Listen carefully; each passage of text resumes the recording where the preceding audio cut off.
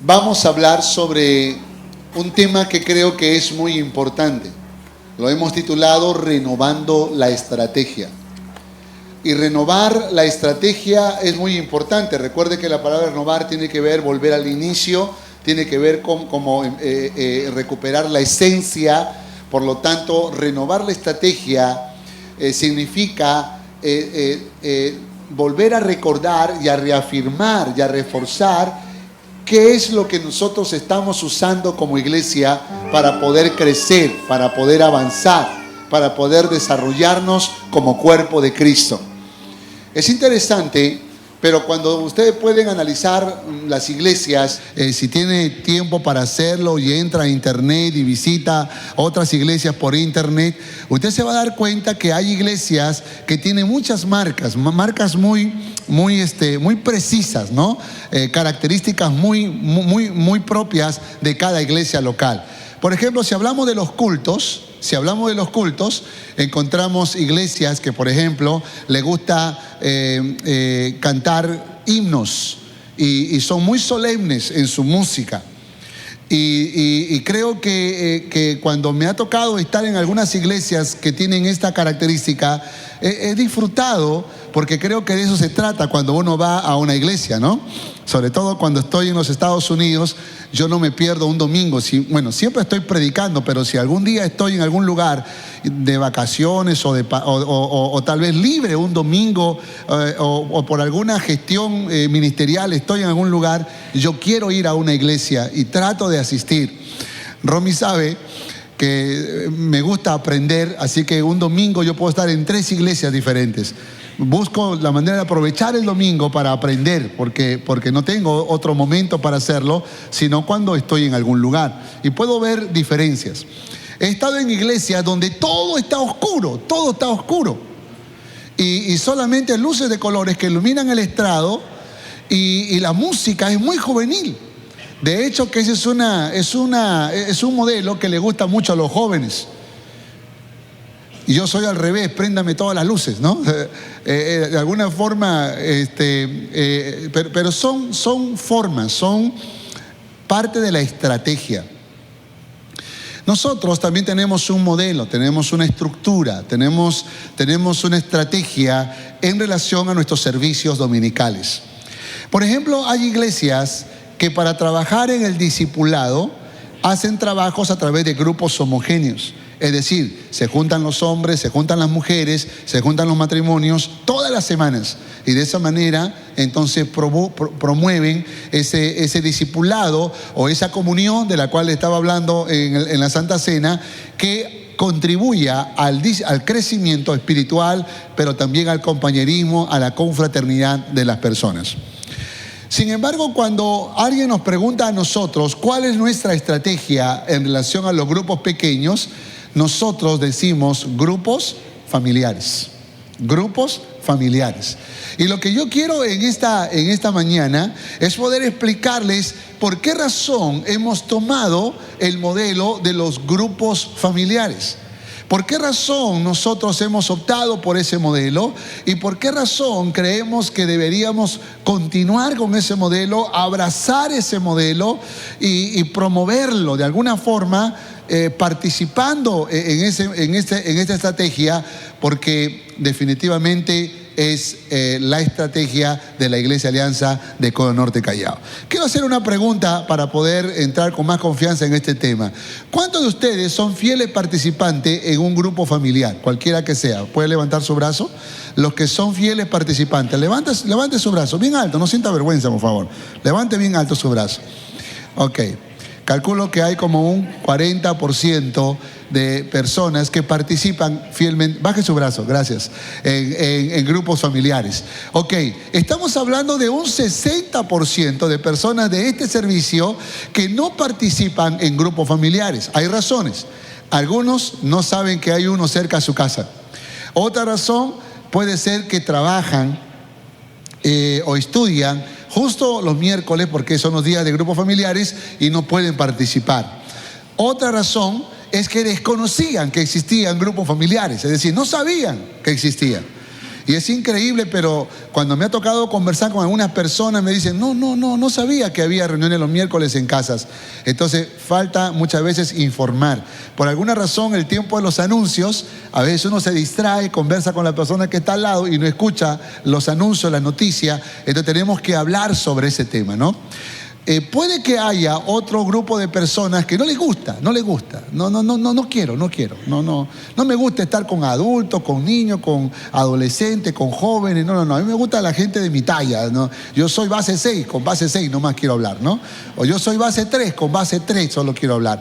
Entonces, puede que esa sea una razón, pero yo le animo en el nombre del Señor. Si Dios lo ha traído a esta casa, ¿a cuánto los ha traído el Señor?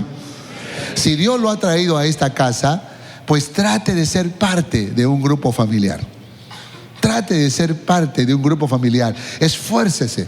No le voy a dar la orden porque puede que alguno lo interprete mal, pero yo le animo en el nombre del Señor, sea parte de este movimiento que sabemos que nació en el corazón de Dios. Ok, vamos entonces explicando un poco sobre esto. En la revelación bíblica encontramos que a menudo Dios trabajó a través de las agrupaciones familiares y otras formas de grupos pequeños para establecer sus planes en la humanidad. Recuerde esto, por favor. Esta idea no es una idea que se le ocurrió al pastor. En realidad basta ir a las Sagradas Escrituras para poder encontrar este modelo allí en la Biblia, los grupos pequeños, ¿no? Por ejemplo, grupos pequeños en el Antiguo Testamento. Déjenme rápidamente explicar esto. Noé y su familia, ¿no?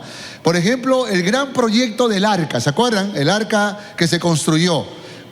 ¿Cuántas personas construyeron el arca? ¿Cuántas personas? 8, muy bien, 8. Noé, su esposa, sus 3 hijos y las esposas de los 3 hijos. 8. Ese era un grupo pequeño, ¿sí o no? Un grupo pequeño. ¿Cuántas familias habían ahí? ¿Cuántas familias? 4, muy bien, 4 familias, ¿no?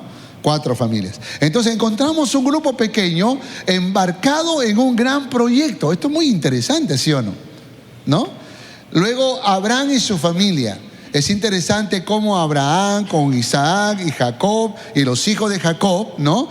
Comenzaron a trabajar un gran proyecto. ¿Cuál fue el gran proyecto? Establecer un pueblo para Dios, ¿no? El pueblo de Israel, ¿no? Qué interesante cómo a este minúsculo grupo de familias Dios le encargó un sueño muy grande, una tarea muy grande. Cuando Dios ha querido hacer grandes cosas, siempre pensó en un grupo pequeño. En un grupo pequeño. Por esa razón yo creo que cuando hay un grupo pequeño, hermano, ese grupo pequeño puede ser un poderoso instrumento en la visión que Dios dio a la iglesia. Un poderoso instrumento, porque encontramos cómo es que Dios ha trabajado desde la antigüedad. Otra más. Al sacar a su pueblo de la esclavitud de Egipto, establecen un orden por grupos familiares para acampar y proseguir la marcha. Si usted lee Números capítulo 2, los 34 versículos, usted se va a dar cuenta que la estrategia para movilizar a cerca de 2 millones de hebreos que salieron de Egipto fue a través de los grupos pequeños. Los grupos pequeños siempre fue una estrategia. En Éxodo capítulo 18, verso 13 al 27, observamos cómo Dios a través de Jetro le da pautas a Moisés para la formación de grupos organizados dentro del pueblo.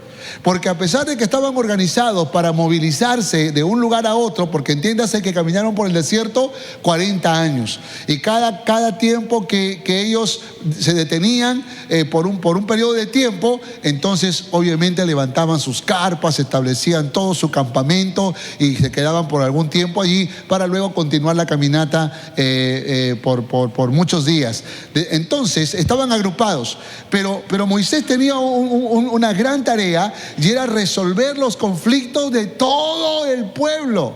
Y dice la Biblia que desde el amanecer hasta el anochecer andaba dando consejerías a todos. Tenía tanto trabajo que tuvo que mandar a su esposa y a sus hijos a la casa del suegro Jetro. Le dijo: mira, ando muy ocupado, tengo mucho trabajo, la obra del Señor me consume, así que vete a tu papá, visítalo un par de semanas, porque justo estas 2 semanas tengo un trabajo recargado. Entonces encontramos que Jetro le dijo a su hija: ¿cómo? ¿2 semanas conmigo? ¿3 semanas? No. Agarra tu maleta y nos vamos de regreso. Entonces lo encuentra a Moisés trabajando, aconsejando, y le dice Jetro a Moisés, y sabemos que fue Dios hablando al corazón de Moisés: si tú sigues trabajando de esta manera, vas a desfallecer, te vas a agotar, te vas a estresar. Pero ¿cómo hago mi trabajo? Grupos pequeños, le dice Jetro. Organízate en grupos pequeños, grupos de 10, pon un líder. Y luego grupos de 50, es decir, 5 grupos de 10 y pongo un líder. Y luego 2 grupos, grupos de 100, es decir, 2 grupos de 50 y pongo un líder. Y de esa manera, entonces, entrena a los líderes, organízalos, entrena a los líderes y ellos resuelvan los problemas. Y los más difíciles lleguen a ti. Entonces Moisés dijo: ¡qué gran idea! Bueno, practícalo y te devuelvo a tu mujer. Entonces, grupos pequeños fue una idea desde la antigüedad. Por eso dice en Éxodo capítulo 18, verso 24 al 26, dice: y oyó Moisés la voz de su suegro e hizo todo lo que dijo. Escogió Moisés varones de virtud de entre todo Israel y lo puso por jefes sobre el pueblo, sobre 1000, sobre 100, sobre 50 y sobre 10. Y juzgaba al pueblo en todo tiempo. El asunto difícil, que dice la Biblia, lo traían a Moisés, y ellos juzgaban todo asunto pequeño. Y esta es la forma en que nosotros trabajamos, a través de grupos pequeños. Cuando hay una necesidad, entonces pedimos que el tutor haga el trabajo de resolver esa necesidad. Hace poco un hermano me dijo: pastor, yo quiero que me visite, que usted me visite. Yo le digo: cuánto me gustaría poder visitar a todas las familias, pero necesitamos trabajar de manera organizada. Entonces un tutor te puede visitar. Ahora, si tú quieres otra visita, lo podría hacer el supervisor. Y así entonces, según la necesidad, se va ascendiendo en quien tenga que asumir esa tarea. Entonces primero está el tutor, ¿verdad? Tratando de resolver o de asistir a una necesidad. Si el tutor no puede, entonces lo hace ¿quién? El supervisor. El supervisor de grupos familiares, porque él es un líder sobre 50, es decir, es una forma de decir sobre 50, es decir, sobre 5 grupos familiares, ¿no? Entonces, pero si el supervisor no puede resolver ese problema, entonces lo hace el pastor del Ministerio de Hogares. Si el pastor del Ministerio de Hogares no puede resolver ese problema, entonces ya lo hace el pastor de la congregación.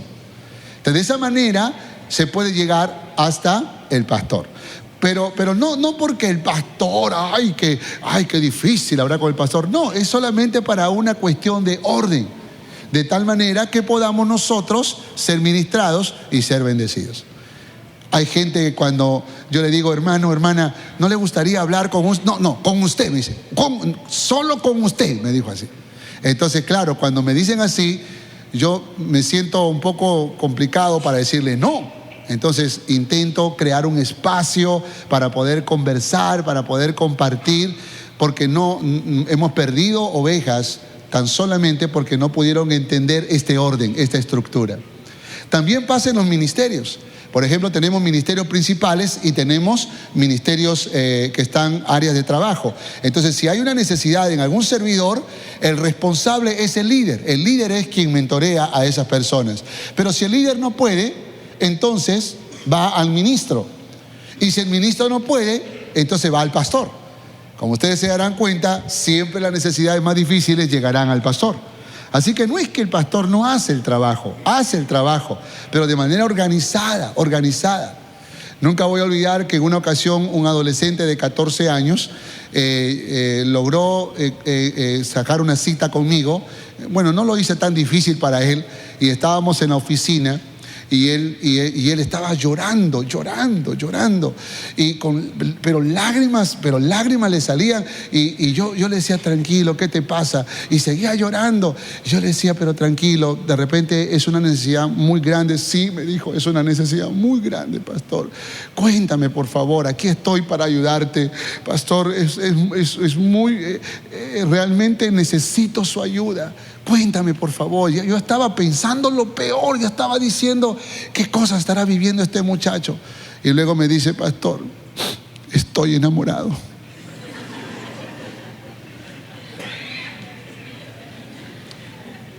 ¿Cómo? Estoy enamorado, llorando. Ahora, yo dije, pues será de una mujer de 40 para que sea grave el asunto, ¿no? No, era una muchachita de su edad. O sea, yo digo que a veces hay situaciones que pueden resolverlo otras personas, ¿sí o no? No estoy minimizando el problema. De hecho, que en ese momento me identifiqué con su dolor. O sea, yo no minimicé eso, no le dije, ay, ¿cómo tú vas a venir con ese problema a consultármelo a mí? No, me identifiqué con él. Y yo le toqué el hombro, le dije, yo también he pasado por eso, le dije.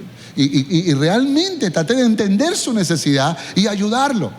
Pero a veces hay situaciones que no ameritan conversar con el pastor, ¿no? Otro caso que me pasó, me dijo, pastor, he querido reunirme con usted para que me explique cómo puedo ser miembro de la iglesia. Yo digo, pero eso lo podía haber hecho otra persona. Por esa razón que algunas veces a mí me gusta preguntar cuál es el tema, ¿no? No porque no quiera, sino porque muchas veces puedo quitarle la oportunidad a otra persona. Fíjese que yo me he dado cuenta que con todas mis responsabilidades, yo no puedo atender a más de 15 personas en una semana. Y es mucho, es mucho. De hecho, que mis colegas muchas veces solo pueden atender a 2 o a 3. Pero yo estoy entre 10 y 15 personas por semana.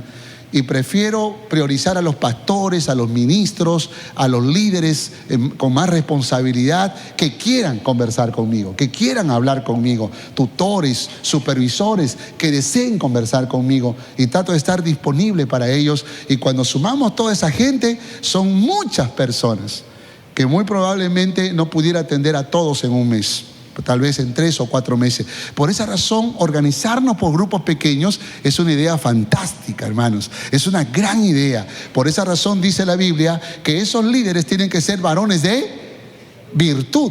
Esos tutores tienen que ser varones de virtud. Esos supervisores tienen que ser varones de virtud. Esos ministros tienen que ser varones y varonas de virtud. Esos líderes tienen que ser varones y varonas de virtud. Por esa razón el desafío de ser un líder es muy grande en nuestra iglesia, porque tienen que ser varones de virtud. En el Nuevo Testamento encontramos el modelo Jesús. Por ejemplo, Jesús tuvo un grupo pequeño al cual él se dedicó. ¿Qué dicen ustedes? ¿Tuvo un grupo pequeño? Sí. ¿Cuántos eran ese grupo pequeño? 12. El modelo apostólico que encontramos en el libro de los Hechos también habla de lo mismo. Hechos 2:46, perseverando unánimes cada día en el templo y partiendo el pan en las casas. Comían juntos con alegría y sencillez de corazón. O sea que el modelo apostólico era un trabajo no solo en el templo, sino en las casas, es decir, en grupos pequeños. Hechos 5:42 dice, y todos los días en el templo y por las, nuevamente, en el templo y por las, dígalo conmigo, en el templo y en las casas. Dígale que está a su lado, en el templo y en las casas.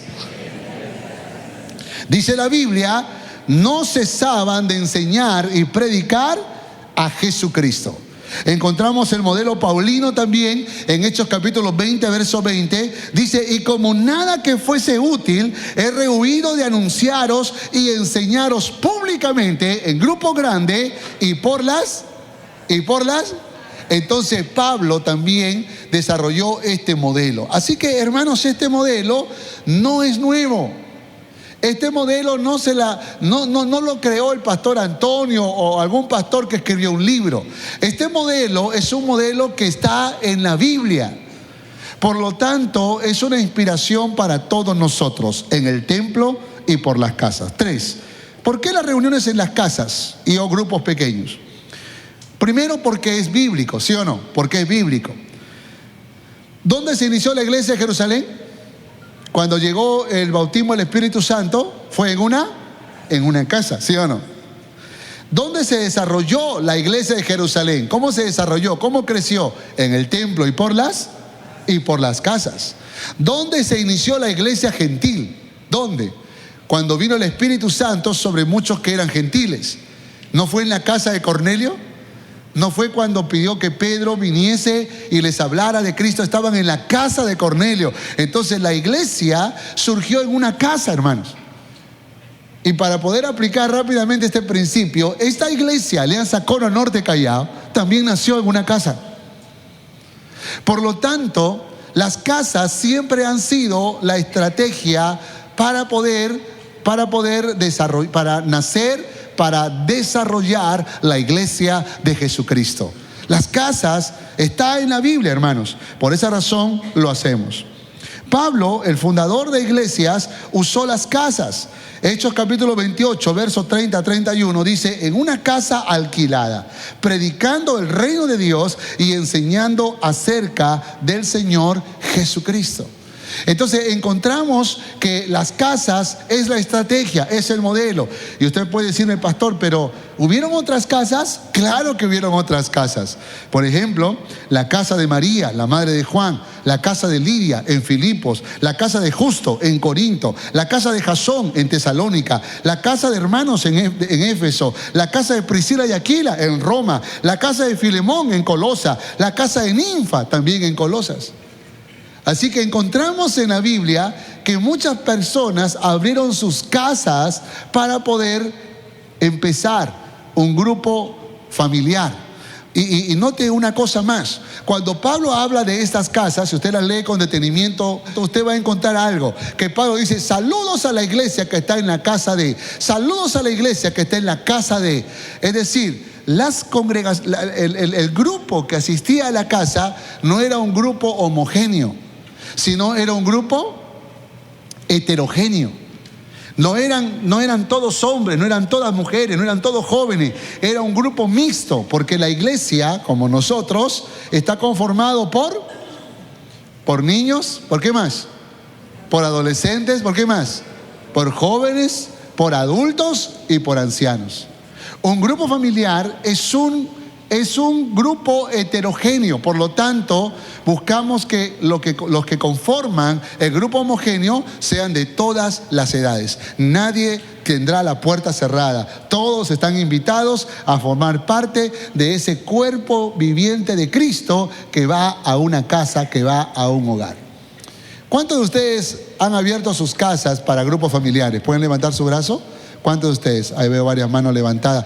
Gloria al Señor. Hay una bendición poderosa, ¿verdad? Dice la Biblia, cuenta la historia, que dice que cuando el arca del pacto fue robada por los filisteos y luego fue recuperada, estaban trayéndolo como en carritos, en ruedas pequeñas, y el arca del pacto se comenzó a zigzaguear y alguien trató de empujar el arca del pacto para que no se caiga y se murió en el acto. Un tal Usa murió. Y David le dio miedo eso, y a todos también, y lo dejaron en una casa cercana. La Biblia dice que esa casa fue prosperada y fue bendecida poderosamente.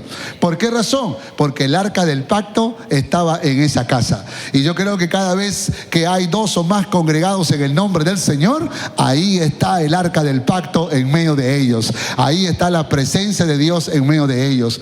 Mi madre abrió su casa, aunque mi padre no era cristiano, pero ella abrió su casa para un grupo familiar. ¿Cómo odiábamos los coros, hermano? ¿Cómo odiábamos? Ninguno cristiano, yo ateo, ninguno cristiano en mi casa. Mi madre era la única cristiana. Y ahí estaba, alabaré, alabaré, alabaré. Yo ponía mi música mundana fuerte para luchar, pero ellos cantaban más fuerte, alabaré, alabaré, más fuerte. Y era como, pero yo me daba cuenta que yo estaba mal. Mamá, ¿por qué traes gente extraña a la casa, mamá? Tú no sabes, mi hijo, que esto es traer bendición a la casa, decía ella. Pero mamá, por favor, necesitamos privacidad en la casa. Y fíjense, hermanos, que poco a poco, un día yo estaba bañándome, a joven todavía, jovencito, y comencé a cantar. Alabaré, ¿qué estoy cantando? Quería cantar mi canción mundana y seguía, alabaré. Me habían metido la canción en la cabeza, y poco a poco esa fue la semilla que Dios plantó en mi corazón y en todos mis hermanos. Y hoy todos mis hermanos son cristianos, todos. Porque Dios alcanzó a la familia por una mujer que trajo el arca del pacto a la casa. Por esa razón yo bendigo a los hermanos que abren sus casas para que puedan asistir el cuerpo de Cristo.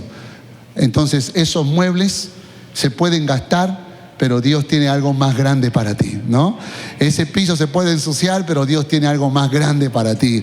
Y eso más grande no es que te van a regalar muebles nuevos. Puede que lo que sea la sanidad que necesitas, la salvación de tu familia, la restauración de tu matrimonio, y eso es mejor que muebles nuevos, ¿sí o no? Mucho mejor. Y le agradecemos al Señor porque trajimos el arca del pacto a la casa. Mi madre lo hizo y nosotros fuimos bendecidos. Amén. Así que aplaudimos a los hermanos que tienen sus casas abiertas.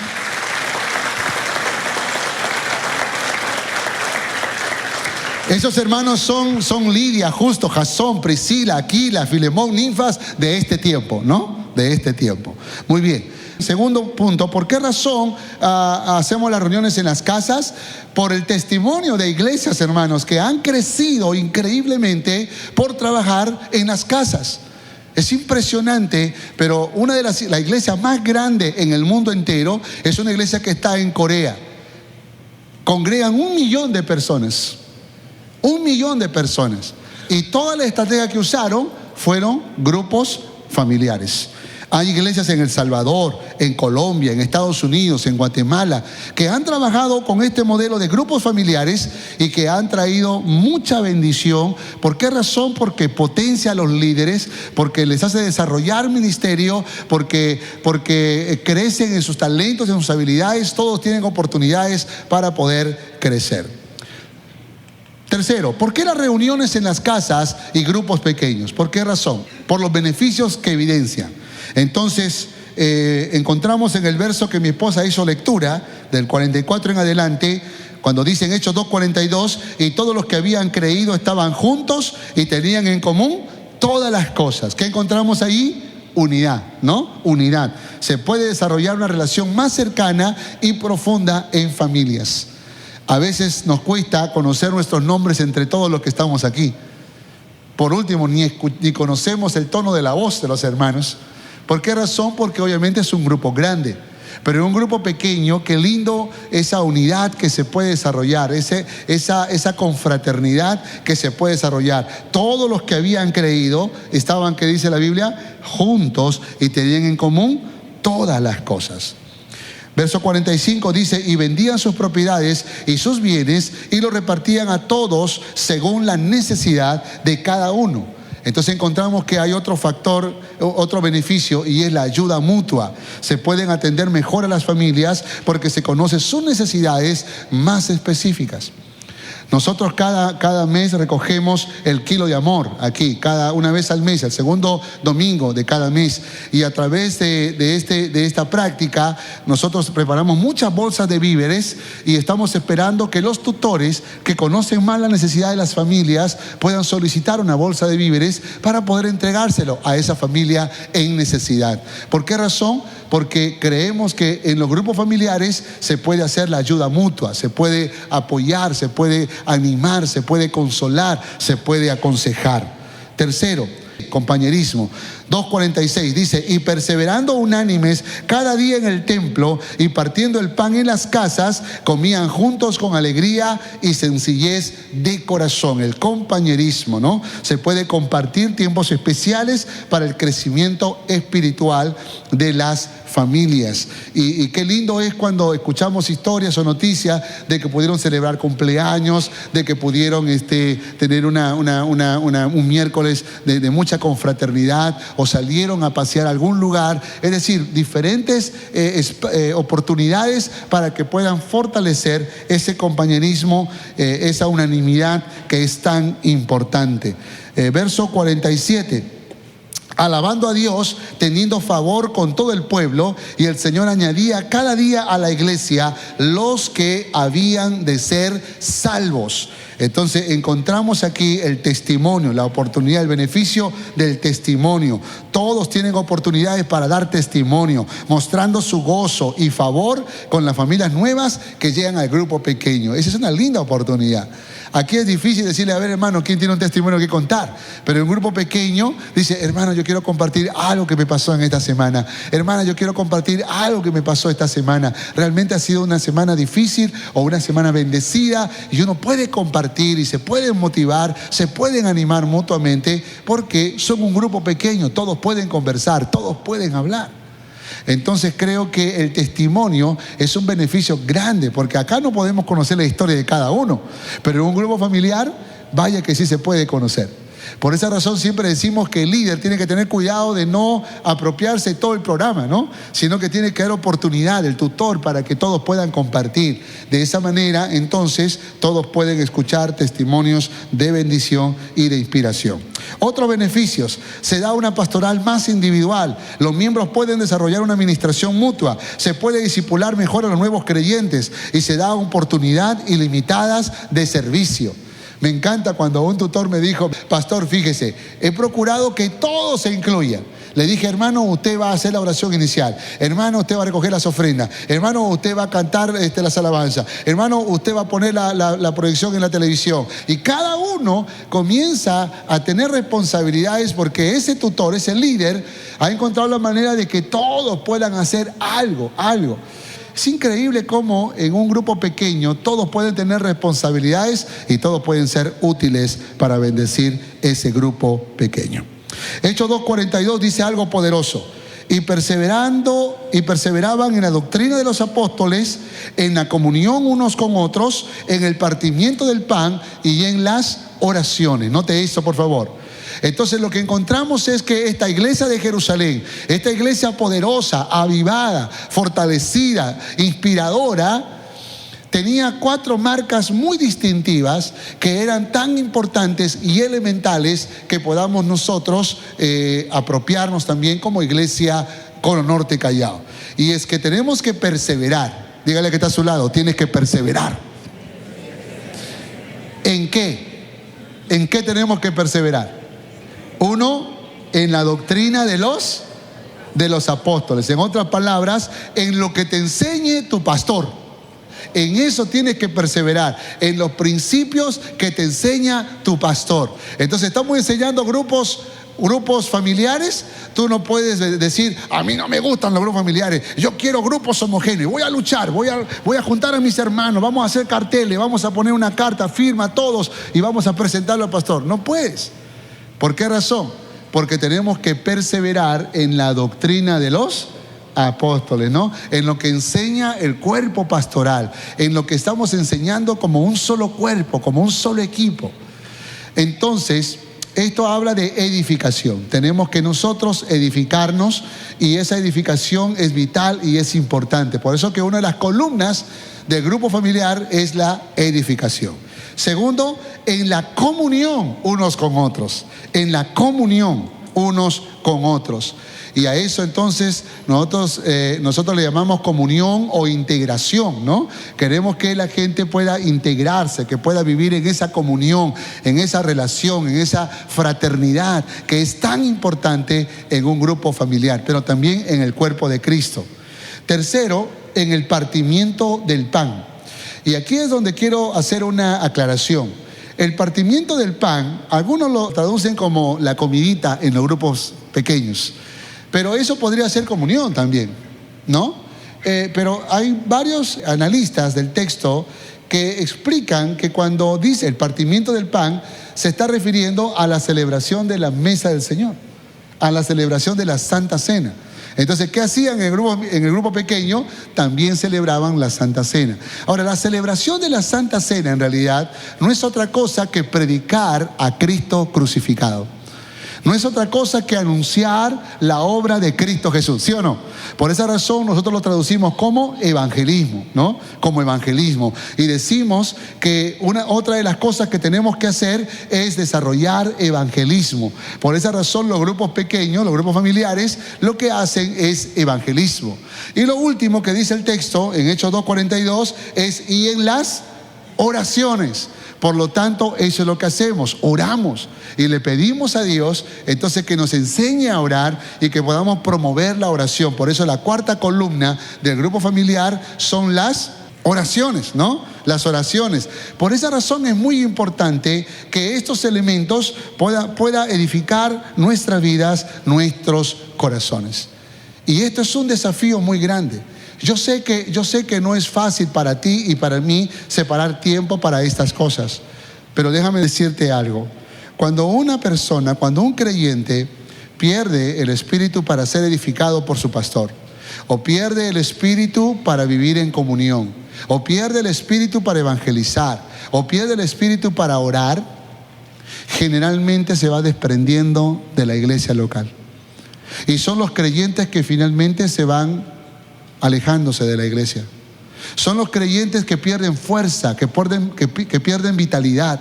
Por esa razón creo que como cuerpo de Cristo tenemos que edificarnos, tenemos que vivir en comunión, tenemos que evangelizar y tenemos que orar. Amén. Usted está sentado sobre una silla confiadamente, ¿sí o no? Usted no cree que se va a romper esa silla, porque esas 4 patas están muy firmes.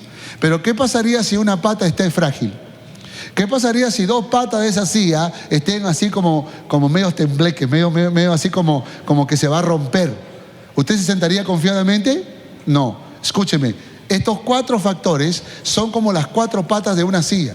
Si usted la tiene sólida y firme, créame, usted va a poder soportar cualquier peso de prueba, de tentación o de adversidad. Pero si alguno de estos factores está frágil en su vida, usted puede resbalar, usted puede caer. Por esa razón piensa, ¿estás perseverando en la doctrina de los apóstoles?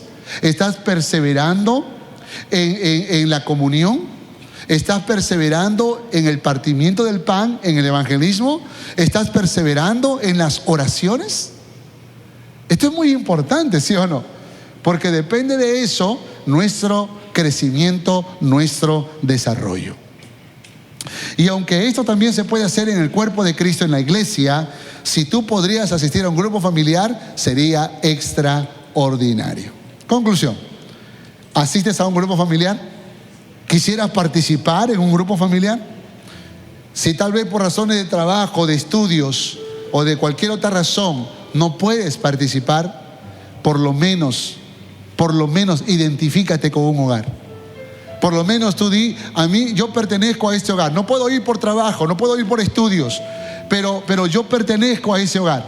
Yo pertenezco a ese grupo familiar. Y cuando hay un festival de hogares un día domingo, entonces yo me pongo la camiseta de ese hogar.